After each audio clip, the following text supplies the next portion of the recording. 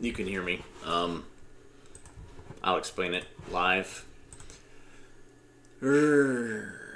So I started the stream on time, but it didn't show up on YouTube at all. And I don't know what happened, but I just restarted it. So anyways, I'm Skip Alzheimer. Welcome to the AV Geeks Lunchtime Streaming Show, where, technology, man. And this is stuff I don't know what it is. Don't know how it works. But it's nice outside. It was great yesterday. Today, also exciting news late last week. And I will share it with you from my friends at the Library of Congress. Enjoy.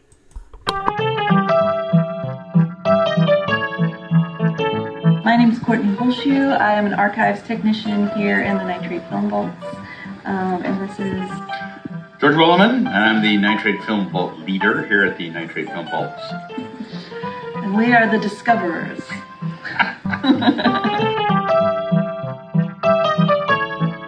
We didn't really know about this collection until it was pretty much in the door, and then it was brought to us by Jason. This film arrived to us in September of 2025 after taking a long car trip in a Toyota Camry from Michigan to Culpeper, Virginia. This was from Bill and Mary McFarland, who decided to make the trip because they really wanted to see the facility. And it makes a lot of sense because he had been keeping this for a very long time and wanted to see it get into the right hands. Bill's great-grandfather, William Frisbee, was a person who loved technology, and in the late 19th century must have bought a projector and a bunch of films and decided to drive them around in his buggy to share them with folks in Pennsylvania, Ohio, New York.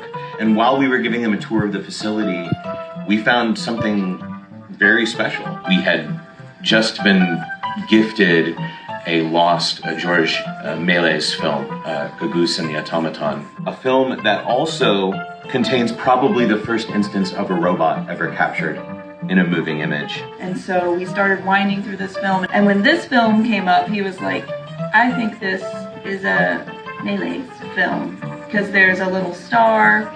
He recognized Georges. He emailed his friend, who's an expert, and he got back to you. And within the day, he got back and was like, "You have a lost Méliès film, Gugusse and the Automaton." And so we're like, "Oh, okay, that's pretty cool." I've worked with Nitrate for decades now, and it never ceases to amaze me how sturdy and long-lasting this material could be. We have safety film prints that are less than 20 years old that no longer run. We have videotapes that are unusable. And yet here's a Nitrate print from 1895 that we were able to identify just by looking at it, and it's already been scanned.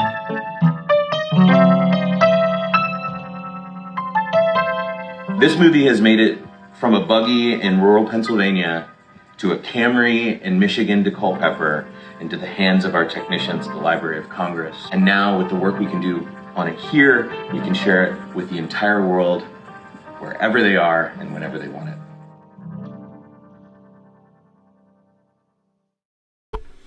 So some of you recognize Jason Groth.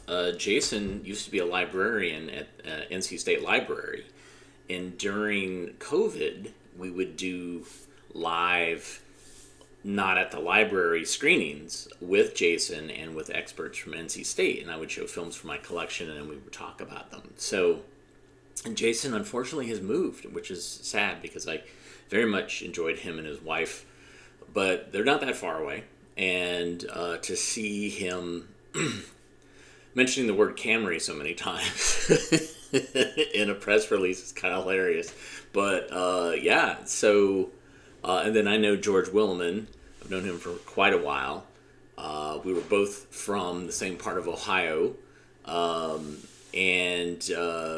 Yeah, so he's worked in the Nitrate Vaults for quite a while. And you will see him occasionally in documentaries about old film. But yeah, so here's the actual film. Méliès, in case you don't remember or know, there's a film Scorsese made about him called Hugo, which it's about this guy who made a bunch of films, a former shoemaker, magician, who made a bunch of films. So here's Gugusse and the Automaton. It's silent. Enjoy. It's only a minute long.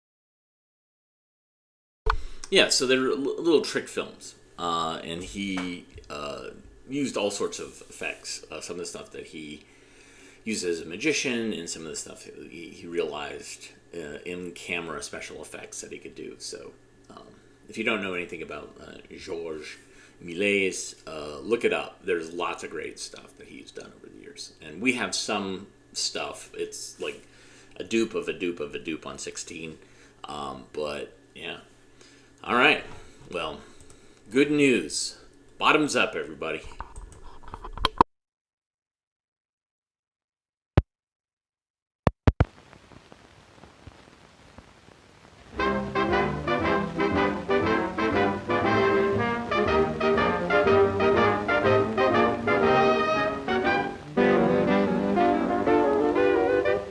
At drinking time around the globe, when friends and lovers meet, when glasses click, they choose the toast each country likes the most.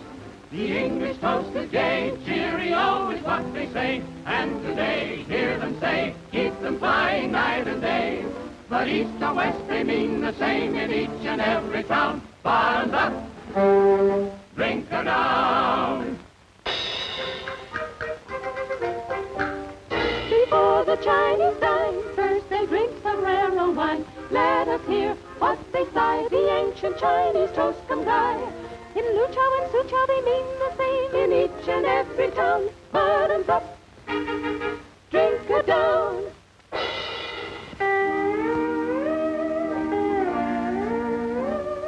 There ain't no coconut milk that they drink in Kahlua, and they mean, will you, babe, when they toast to Raloa. In Boer Mocha they mean the same in each and every town. Bottoms up, drink her down. Down Argentina way, salute is the toast they say, as they toast pretty girls in the very gay cafes. In Rio Aurora they mean the same in each and every town. Bottoms up, drink her down.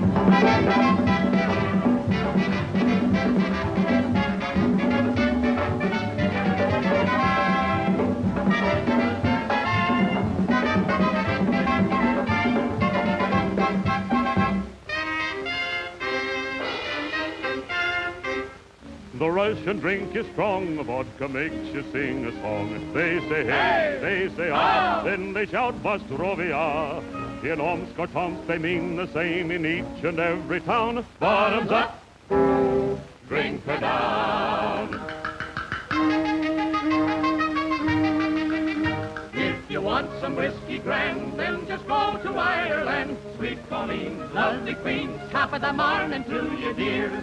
In Dublin or Dublin they mean the same in each and every town. Bottoms up, drink her down. Now you've heard how around the world all friends and lovers meet. Let glasses click and choose the toast that you all like the most. In the good old USA, there's a million toasts we say. Down the hatch, here's to you, and some others pretty blue. But east or west, they mean the same in each and every town. Bottoms up, drink her down. we are just steering into all the stereotypes with that, but the sentiment is nice, which is, yes, let's toast ourselves. Okay, so this film, I've been working with some friends who work with the National Archives, not Library of Congress. They are separate buildings, separate places, different things. This is part of a armed forces effort. It was public relations related to the military and what the military was doing at different times and places. It's called The Big Picture, and this is in 3 reels. So I'll show the first reel, so you'll see countdowns for each reel. This originates on 35, but this one's got a really interesting leader lady in it. Let's see if you can catch it at the beginning. All right, The Big Picture. Enjoy.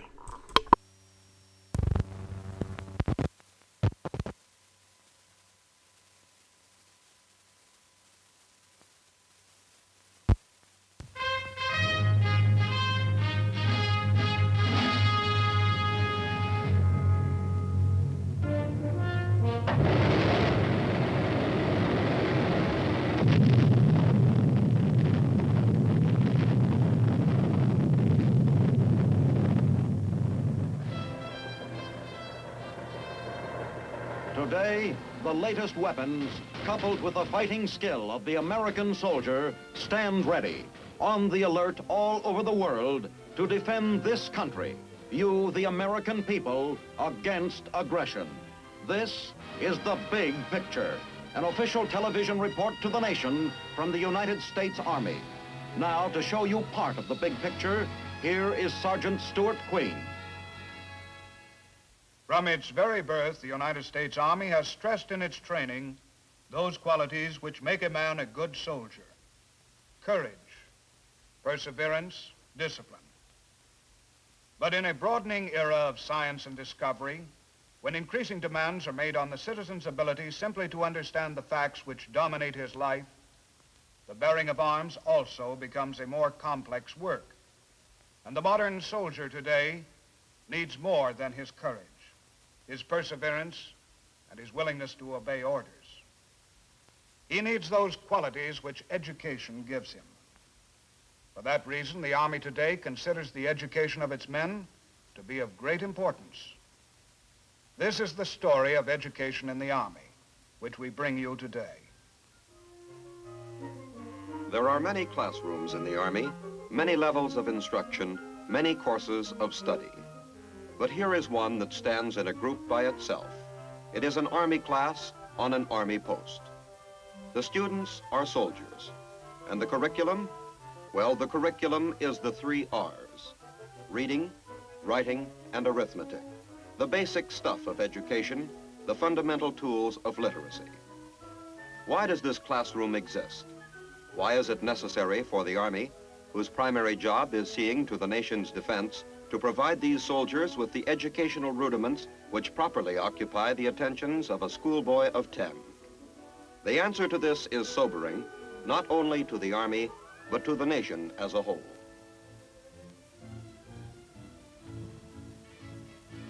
Approximately 500,000 young Americans come into the Army each year. On the basis of an armed forces qualification test, which they all take, 1 out of every 3 of these men falls into Mental Group 4, a classification which means that their understanding is dangerously low, so low as to handicap their performance as soldiers. There are varying reasons for this. One reason is that many of these men have had little schooling, for there is a relationship between a man's capacity to understand and the education he has had. These tests show that 19 out of every 20 men coming into the Army have sufficient education to be good soldiers. But 1 out of every 20 has not achieved the level of a 4th grade grammar school education. Regardless of the factors which may have brought about this situation, it is a problem and a responsibility which the Army cannot escape if it is to develop the type of soldier required in these days of modern warfare. To the Army, charged with the responsibility of converting these men into effective units of a complicated fighting machine, these grim facts represent immediate and urgent problems. The transformation from civilian into soldier is expensive, both in time and money. It costs some $3,200 to provide a basic soldier with 16 weeks of infantry-type training. For each such investment, the Army, in order to operate at maximum efficiency, should be able to count on an effective soldier who can fight if the need arises.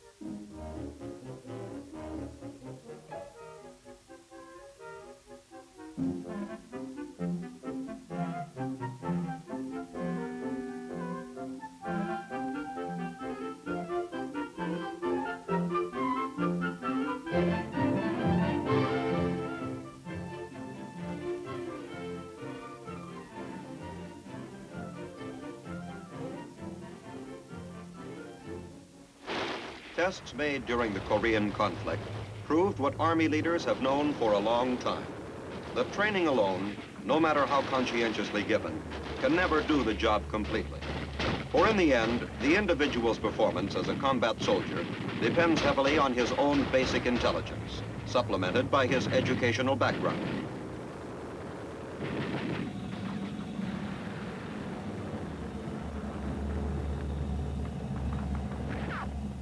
Casualty rates grimly bear this out. Although enemy fire is no respecter of persons in battle, there is nonetheless a real relationship between intelligence and battle casualties.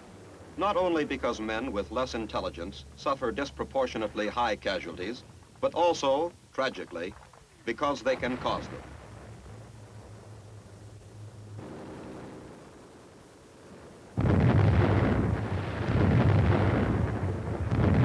Out of an infantry squad of 9 men, the basic Army unit, 4 positions require varying degrees of leadership and technical ability, qualities which demand both intelligence and the tools education must supply if basic intelligence is to function. If these men do not have the ability to handle their jobs, the entire squad will suffer. 4 men out of 9. But 3 men out of every 9 coming into the Army have never been able to develop their intellectual abilities because of substandard education.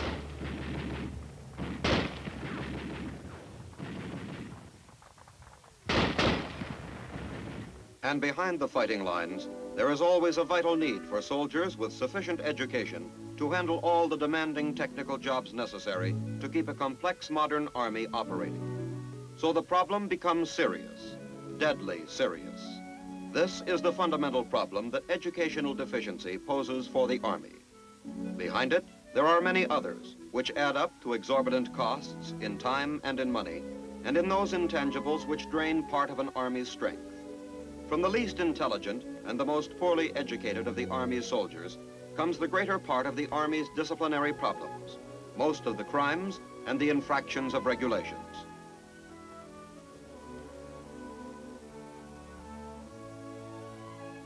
Again, these soldiers are less stable emotionally, and they suffer most of the chronic psychosomatic ailments.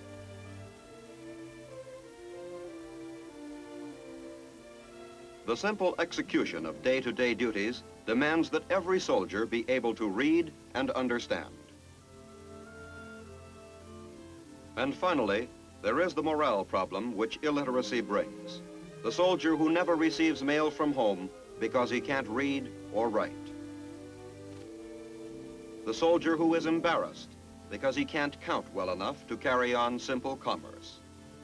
These are unhappy men, and because their unhappiness may lead them into trouble, the Army must recognize them as potential problems. These are some of the reasons why this classroom exists, to provide men who need it with the basic educational tools which transform a man from an illiterate into one who can read and write and reckon, and thus develop whatever basic intellectual ability he possesses. Without this training, which is the equivalent of a 4th grade education, the Army cannot use these men effectively. Since World War II, the Army has worked at the problem of its poorly educated men.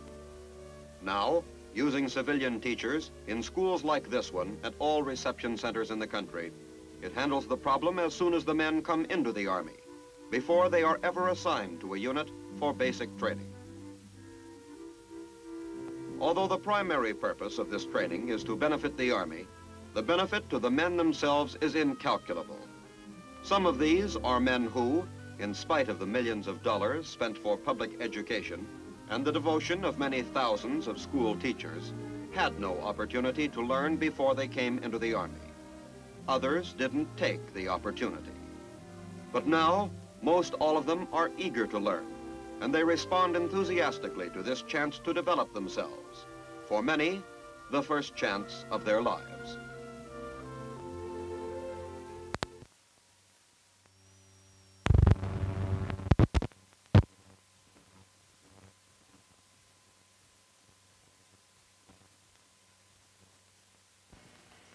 All right, class.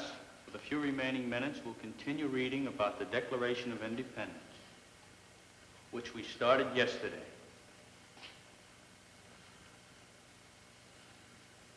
Private Cameron, will you read, please? We hold those to be These truths. We hold these truths to be self-evident, that all men are created equal, that they are endowed by their Creator with certain unalienable rights, that among these are life and liberty, and the pursuit of happiness. That to secure these rights, government and are instituted among men, driving these just powers, their just powers from the consent from the All right, class. That'll be all for today. Report outside to your sergeant.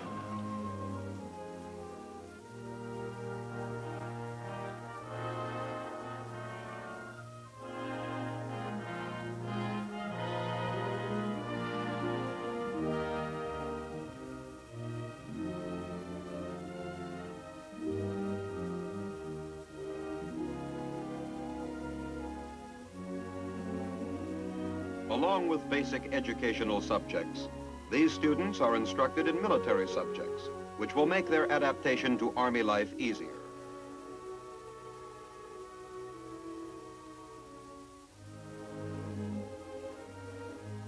During the 4-week period of training, the Army has an opportunity to observe these men well. Those who are judged to be incapable of learning can be processed out of the Army quickly, thus saving serious problems and much useless expense later. But with the greater part of them, the training pays off, for themselves and for the Army. They are the ones who show promise that now, with the advantages of this instruction, they will be able to train as soldiers and do their Army jobs well. An investment is yielding returns for the individual soldier, for the Army, and for the nation, each time one of these men successfully completes his course of study and receives a certificate of 4th grade equivalency. A certificate which is both an identification of the literacy he must have and a promising indication that he has the fundamental equipment to become a good soldier.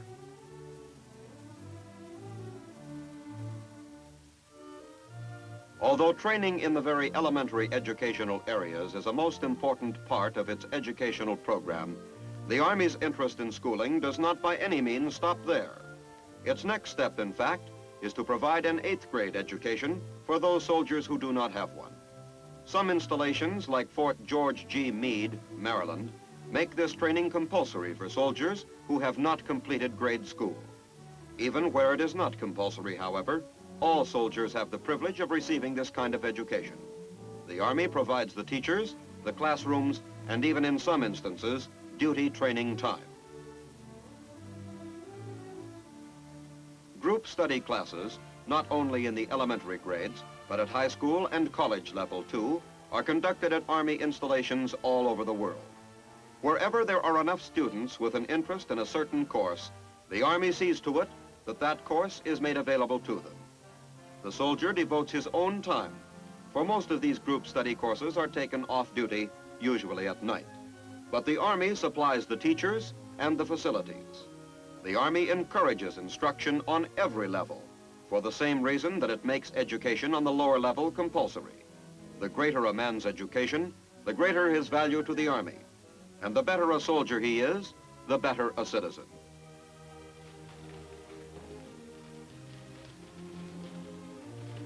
These group study classes are conducted in various ways and serve various purposes.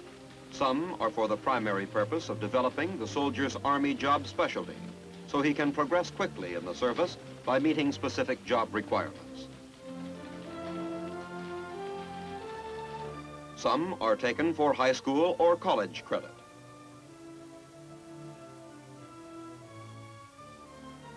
And some are taken by soldiers who simply want to learn something new.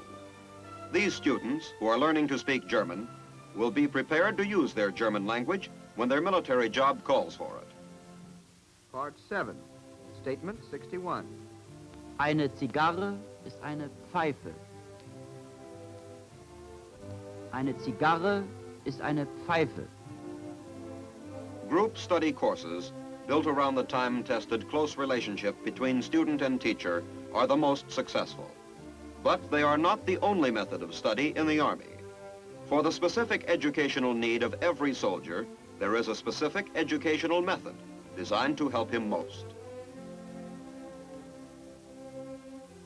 To aid the individual soldier in finding exactly what his own educational needs are and exactly what opportunities are available for him to fulfill them, the Army provides an expert counseling service by civilian educators qualified by long training and experience. Good morning, Corporal. Morning. Nice to see you again. Have a seat, won't you? Since your last visit here, you have written to your high school principal, haven't you? I have, sir. Well, that's fine. We have received a high school transcript of your schoolwork completed, which I have right here.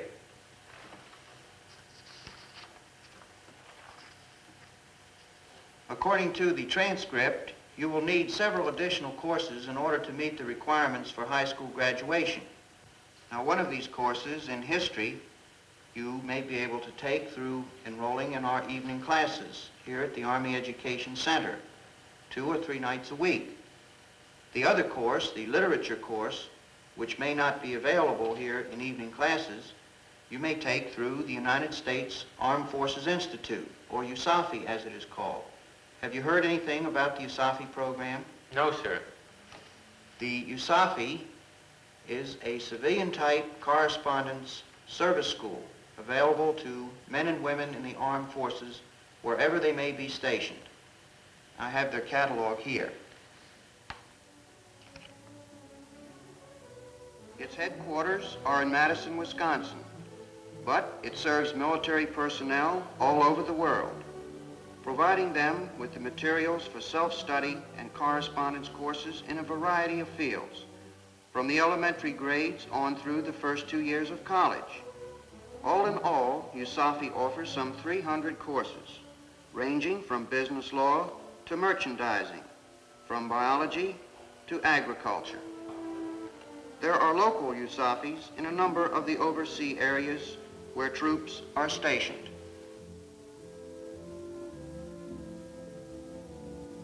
And there are mobile units to serve troops in the field.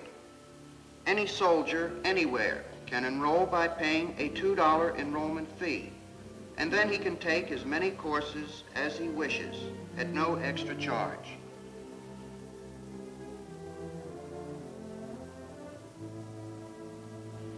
USAFI sends you the books, the study materials, and the lessons, the best available on the subject you want.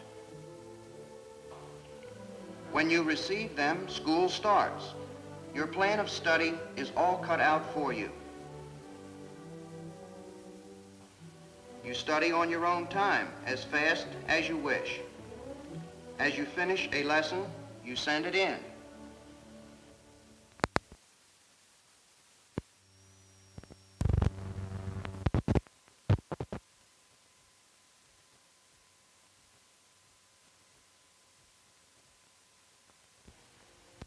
Your lesson gets to USAFI in the company of thousands of others.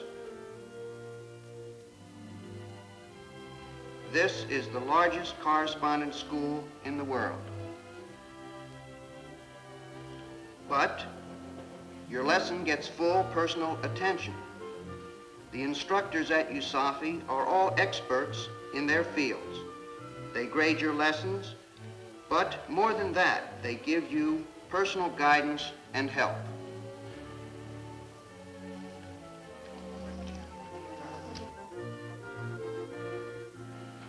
If you follow this plan, Corporal, I'm sure that you'll be able to get that diploma from your high school. Of course, your next step would be to write to the high school principal and see if these courses will meet the requirements for graduation. Most schools are happy to accept our educational program, so I'm sure that there will be no difficulty. Now, how does that sound to you? Sounds fine to me, sir. Well, that's good. The next step would be to write to your principal, and then I'll get in touch with you. By the way, I have an appointment, and I'm going out, so let me show you to the door.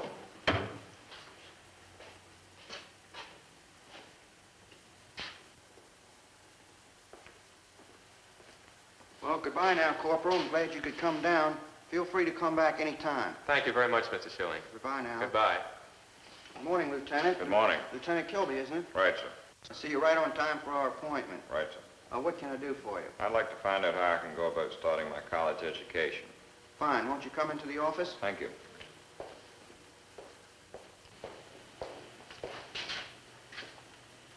Have a seat, Lieutenant. Thank you.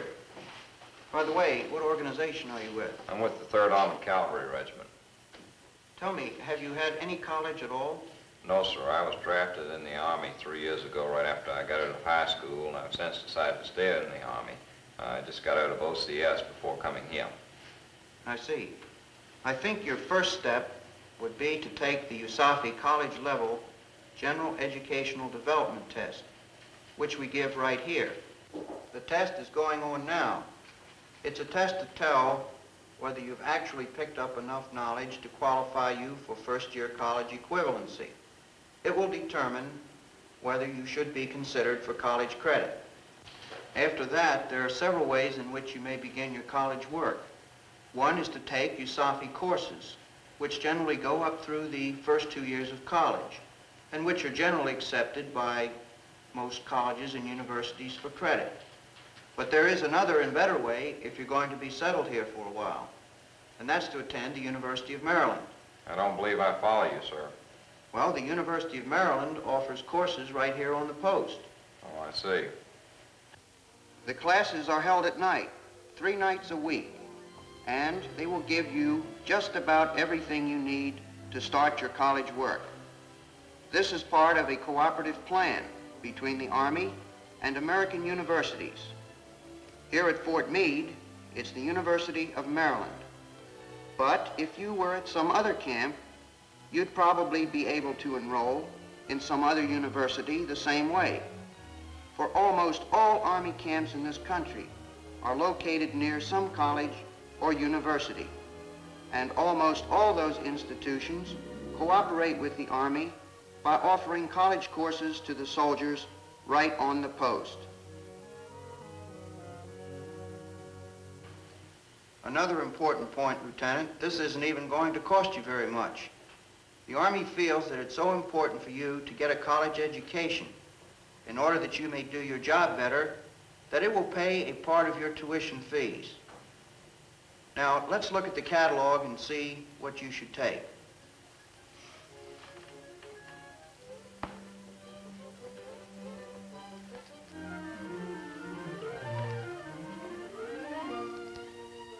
The University of Maryland conducts college courses for Army personnel not only at Fort Meade, but also at Army posts throughout Europe. So, even overseas, American soldiers may attend courses given by American universities. The American college campus today reaches as far as the lines of the American Army reach. Economics and a college survey of American literature have an authentic campus flavor wherever they are taught. Whether in the famed and hallowed old halls of Heidelberg, a building in the Canal Zone where Louisiana State University is the cooperating university, or an educational center in Tokyo. Throughout the Far East, soldiers are enrolled and studying through the University of California.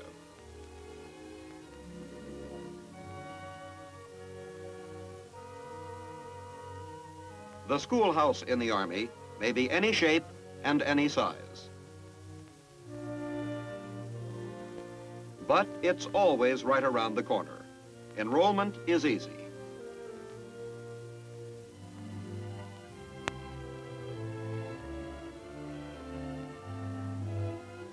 And wherever there is the will to learn, there are the tools for study.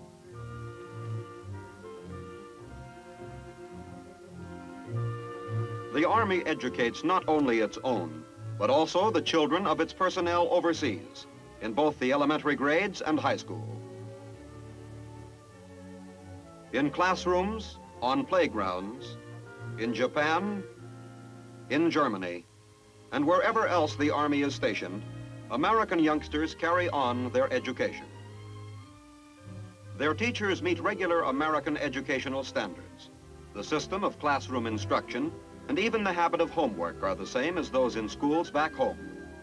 But in addition to the basic educational standards, these students abroad are acquiring an invaluable background in human relations through the opportunity provided them to absorb new cultures. The desire for knowledge is one of the marks of man's nobility. If it is strength which keeps our nation free today, it is enlightenment which gives that freedom meaning. The Army, whose stock in trade is strength, puts faith in that quality of its men which makes good citizens and good soldiers alike, the desire to learn and to improve. To do its best by its citizen soldiers, the Army encourages their educational development on every level.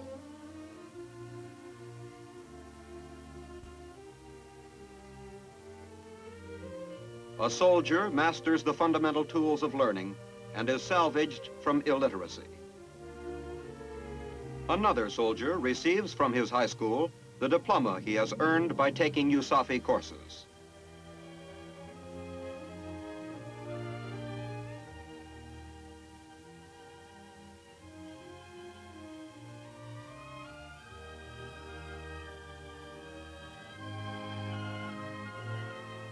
And overseas, a group of soldiers receive their college diplomas after years of serious study in the Army. And each time a prize of value is won. The Army wins a more valuable soldier, and the nation wins a more valuable citizen.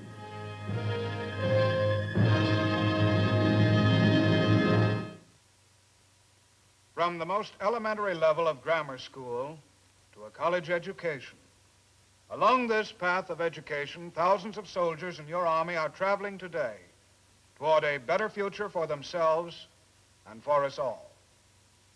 This is Sergeant Stuart Queen inviting you to be with us again next week for another look at the big picture, the United States Army in action. The Big Picture is a weekly television report to the nation on the activities of the Army at home and overseas.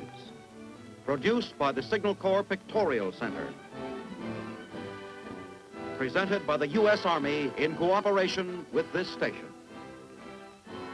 You can be an important part of the big picture. You can proudly serve with the best equipped, the best trained, the best fighting team in the world today, the United States Army.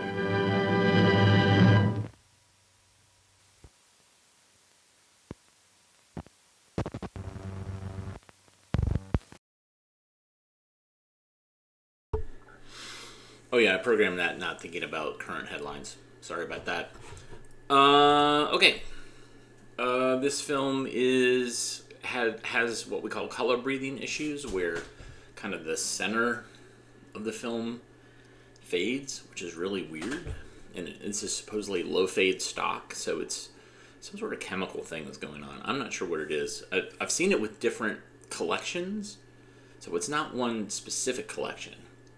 It seems like the manufacturer bought a bad batch. I don't know. Anyways, this is I Am Joe's Kidney, brought to us by the fine folks at Reader's Digest. Enjoy.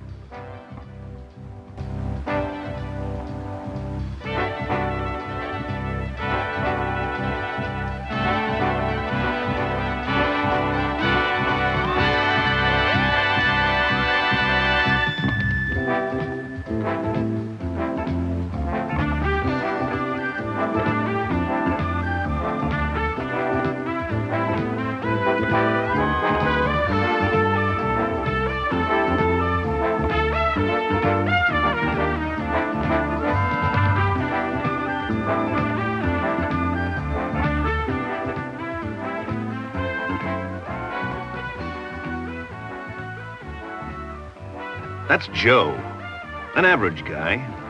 He has a good job, a wife, children, and a nice home. I'm a part of Joe, an important part, although he doesn't realize that, yet. Something will happen today that will make him more aware of me for the rest of his life. I am Joe's kidney.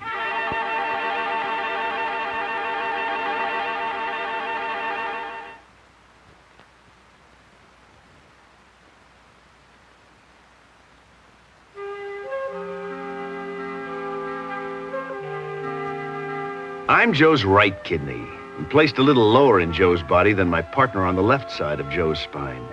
That's probably to make room for my largest neighbor, the liver. I weigh 5 ounces. I'm about the size of Joe's fist, and I'm shaped like a bean. Need I say kidney bean?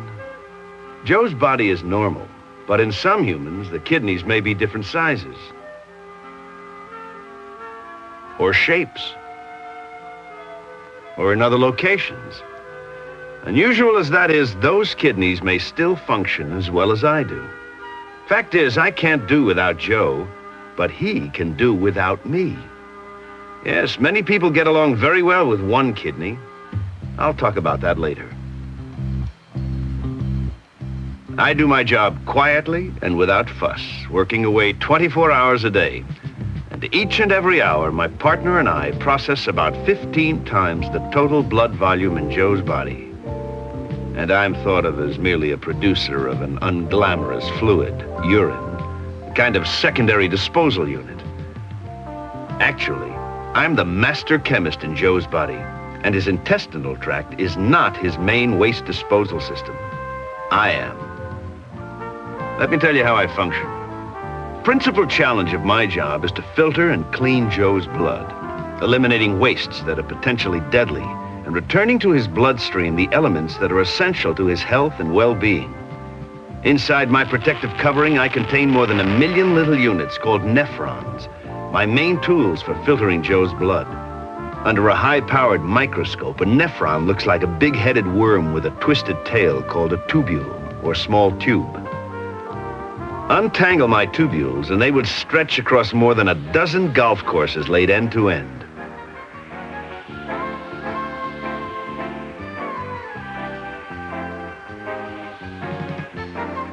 Joe's blood enters me through the renal, that's kidney, artery, and my processing plant takes over. Red blood cells and large particles of essential proteins are not allowed to pass through my fine filters. They are returned to the bloodstream. Otherwise, they would be lost in the urine with calamitous results. Essential vitamins, amino acids, glucose, hormones, and other vital elements are also returned to the bloodstream, but the excess of any of them is passed through to the urine. So you see, thinking of me as primarily a maker of urine is way off the mark. About 99% of all the fluid I process is reabsorbed into the bloodstream. However, the small amounts of excess that I do turn into urine are of vital importance. This amounts to about a quart a day each for my partner and me. Microscopic droplets of this waste-filled fluid pass out of each of my 1 million tubules and feed into a tiny reservoir at my center. Then it makes its way to my urine exit, the ureter. This is a tube that extends down to Joe's bladder. And that's a kind of storage tank where urine remains until it's time to be expelled. When Joe urinates, the muscles surrounding the bladder are activated with wave-like motions, and the urine is expelled through the final exit channel called the urethra. As I work, I must keep a sharp lookout for a big bad guy I know, urea. Urea is the end product of protein consumption and must be controlled precisely. Too little results from damage to my upstairs neighbor, the liver. Too much results in one of the ugliest diseases any doctor is apt to see, uremic poisoning. The name simply means urine in the blood. Unchecked, it can lead to sickness, coma, and death. Here again, though, as long as I'm healthy and at work, Joe can eat all the steak and high-protein foods he likes, and I'll handle that villainous urea.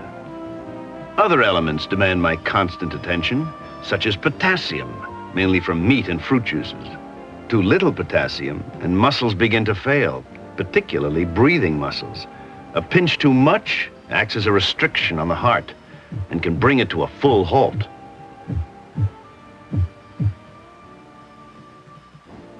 If Joe's diet isn't providing enough essential potassium, I manage the existing supply like a miser. Joe has noticed that certain things step up my activities, but he doesn't know why. Anger, intense stress, trauma, or other situations that cause a rise in blood pressure give me increased blood supply to process. This can increase the urine output.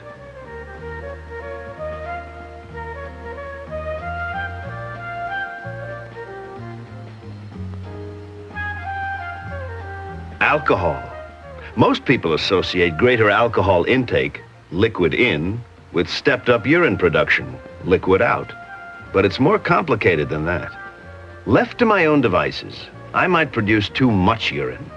However, there is a gland on the underside of Joe's brain, the pituitary gland, that produces a hormone which controls my process. When Joe drinks a beer or martini, the alcohol blocks this hormone, stepping up my activity. And he may crave a glass of water in the morning because he becomes dehydrated. Let him eat a big portion of anchovies or any other extremely salty food, and he would be in real danger if I didn't extract the salt. Salt holds water, and if it were permitted to remain in the blood, Joe's face, feet, and abdomen would puff up. Eventually, his heart, pumping against gallons of retained fluid, might simply falter and stop.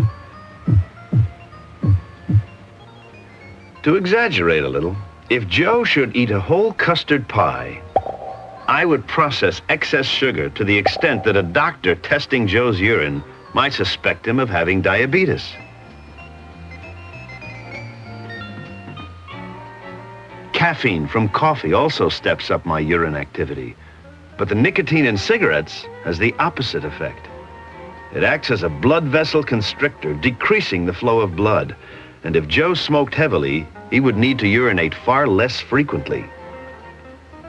Joe is enjoying himself, and I can't warn him, but it will happen soon. Like Joe, I am now 47 years old and beginning to show my age. I'm a candidate for a lot of ailments. Among the least of these is the floating kidney, which Joe would probably think of as my partner and I going swimming all over Joe's body. Well, simply put, I rest in a bed of fat, and if Joe were obese, thankfully he's not, and he experienced a dramatic weight loss, much of that bed would disappear. The anchoring tissues would stretch, causing me to drift a bit. Nothing serious. Also, Joe is experiencing the most excruciating pain he has ever felt in his life. The pain radiates from his lower back, up and around to his groin. I'm the cause of it, but Joe doesn't know that. In his pain and confusion, he can think of only one thing: help. A quick call to his doctor. The doctor will meet him at the hospital.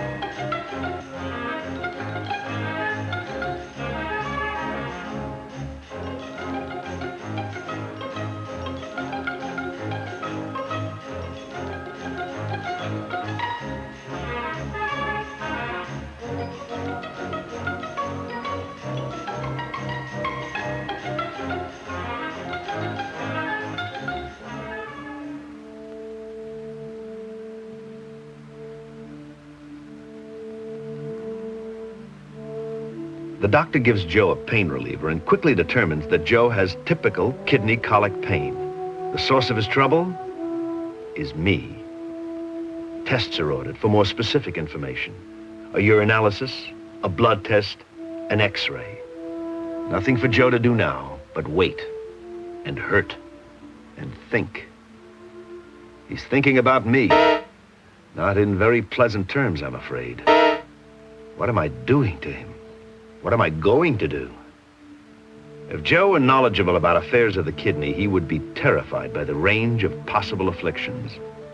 There are kidney faults that are congenital, that is, from birth.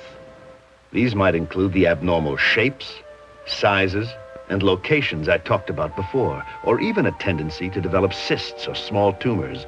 This is not Joe's problem, since none of the above would cause his intense pain. Inflammation and infection are two fearsome words for kidneys. Inflammation of my delicate filters, the nephrons, could mean pain. This would be caused by infection, usually creeping up from the urinary tract below. Fortunately, most minor infections are usually promptly controlled by antibiotics. But there is a serious complication commonly called Bright's disease. It can cause elevation of blood pressure, uremia, and swelling of the face and ankles due to fluid retention. The puffiness is called edema, also referred to as dropsy. This condition is acute nephritis and is mainly a disease of childhood. But fortunately, if adequately managed, complete recovery can be expected for affected persons of any age. Joe's present symptoms rule out this diagnosis. Injuries from a kidney punch or an accident, for example, also pose the same kind of danger for my delicate filters as do drugs and poisons. In fact, there is growing evidence that drugs of many types are increasingly frequent causes of kidney inflammation and damage, even though infection is not involved. Since none of these problems apply to Joe at the moment, the doctor can pass them by. Of course, the ever-growing range of scientific knowledge and the best medical skills have limits. And should my condition reach a point where it threatens Joe's life, then I would have to be eliminated.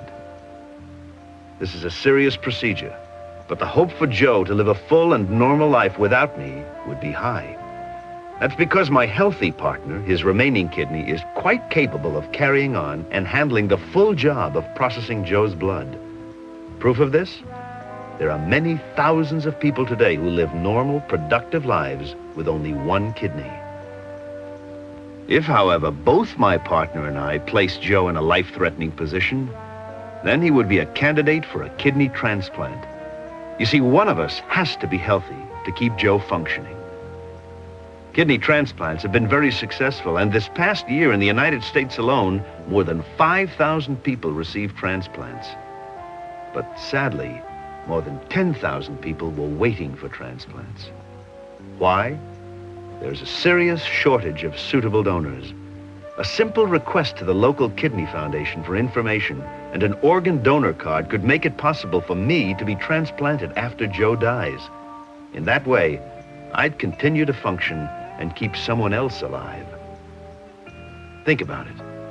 But what about those thousands of people who are waiting for transplants, and thousands of others with serious renal failure who cannot have transplants? One of the great strides in kidney therapy in the 20th century is the development of the artificial kidney, or dialysis machine.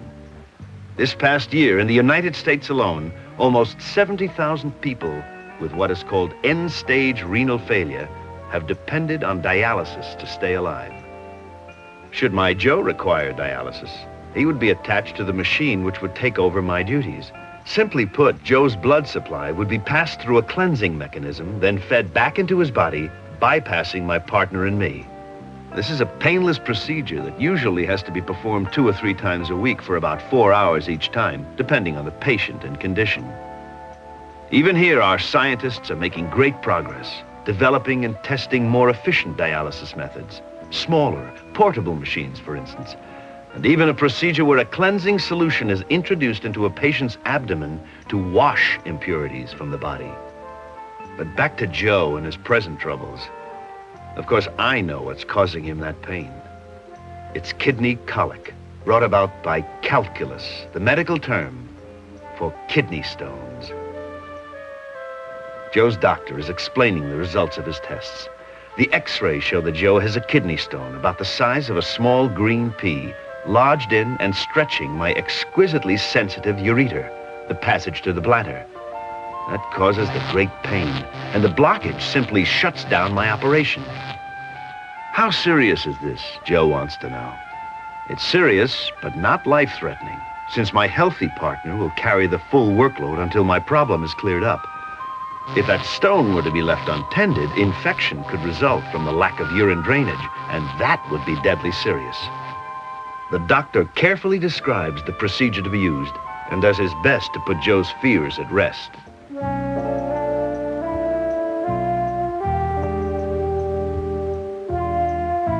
Waiting for relief seems interminable, and despite the doctor's words, Joe is apprehensive.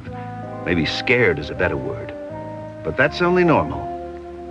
If I could talk to Joe right now, it might make him feel better to know more about one of the most common of kidney ailments. I'd tell him that an average of 1 out of every 1,000 residents in the United States alone has been hospitalized for urinary stones. But very rarely have any of these cases resulted in death, either directly or indirectly. The makeup of kidney stones is mostly calcium, combined with other elements. But the way they take form is largely unknown. When ammonium is also present in the stones, the problem is complicated by infection.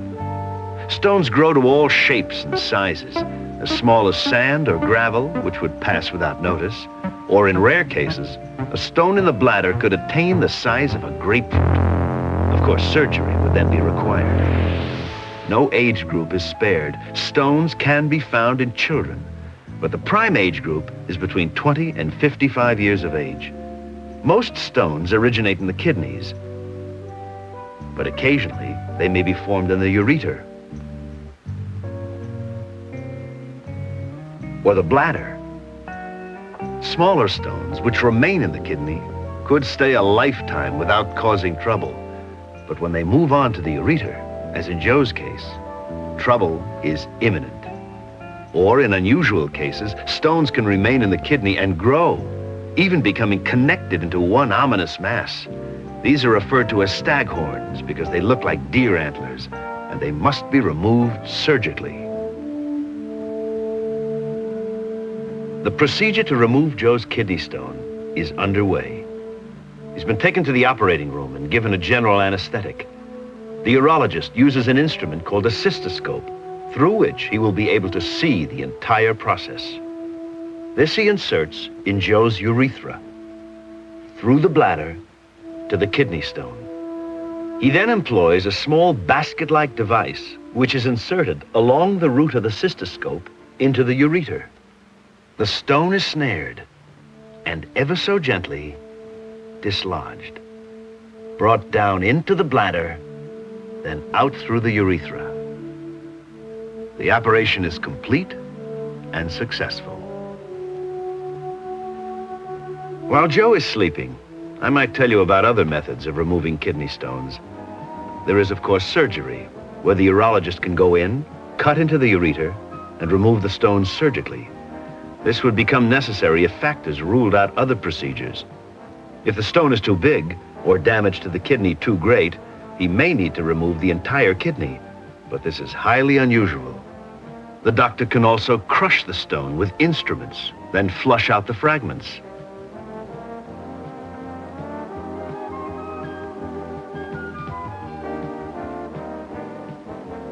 A more recent method allows the urologist to go in with a cystoscope, then introduce a small fiber optic instrument which comes in direct contact with the stone. This instrument conducts ultrasound waves, and when turned on, the sound waves pulverize the stone.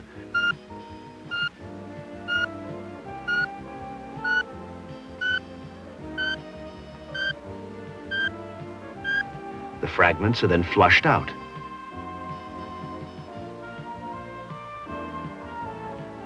There are, of course, other methods of kidney stone removal constantly being developed and tested by scientists around the world. When Joe awakens in his room, he is drowsy but greatly relieved.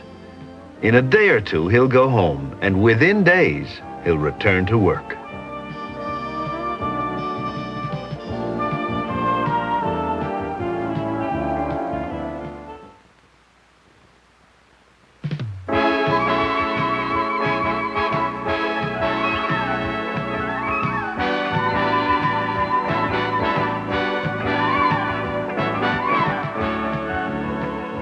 Well, this crisis is past. Joe is relieved, and I'll be functioning normally in no time. I have striking regenerative powers. But I'll bet he thinks more about me in the future, as well he should. You see, as Joe gets older, my arteries become less elastic. My blood supply is reduced, and some of my nephrons are destroyed. I then begin to fall down on my job of laundering Joe's blood. The good news is that my partner and I have a big reserve capacity and can do a pretty good job even if 90% of our nephrons stop functioning. This does mean, however, that Joe should take better care of himself in the future. If I could talk to him, I'd say, watch your weight, Joe. Keep your blood pressure within normal limits. Exercise, but sensibly. Drink an extra glass of water or so a day. Most people drink too little fluid. But most of all, get a yearly checkup. The urinalysis and blood test will soon tell the doctor if I need attention. I'm not asking Joe to dwell on me or to fret about me, not at all. I'm one of the quietest, hardest working, most efficient organs in Joe's body. And with a little careful thought and thoughtful care, Joe and I will live a long, productive, and healthy life.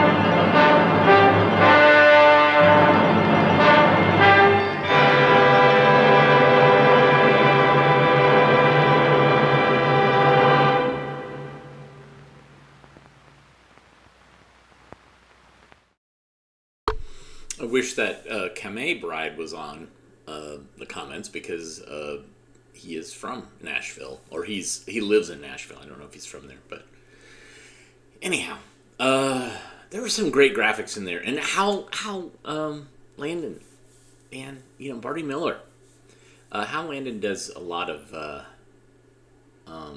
narration for some educational films that I have, so I'm not surprised. He also did a lot of voiceover work for commercials and such. Thanks for watching today. I appreciate your eyeballs. You can support us by giving us a thumbs up, subscribing if you haven't subscribed yet. You can also donate via the Super Thanks button. Go to patreon.com/avgeeks or ko-fi.com/avgeeks. So tonight on VCR Party with Found Footage Festival, I am a guest, and we pre-recorded last night, and so I know what happens. And I'm just going to say right now, no, I am not going to show that film that I showed George that I didn't show anybody else. It's not going to happen. Nope. Not on a late night AV Geeks. Nope, nope, nope, nope. It was for George's eyes only. So I'm just going to leave it at that.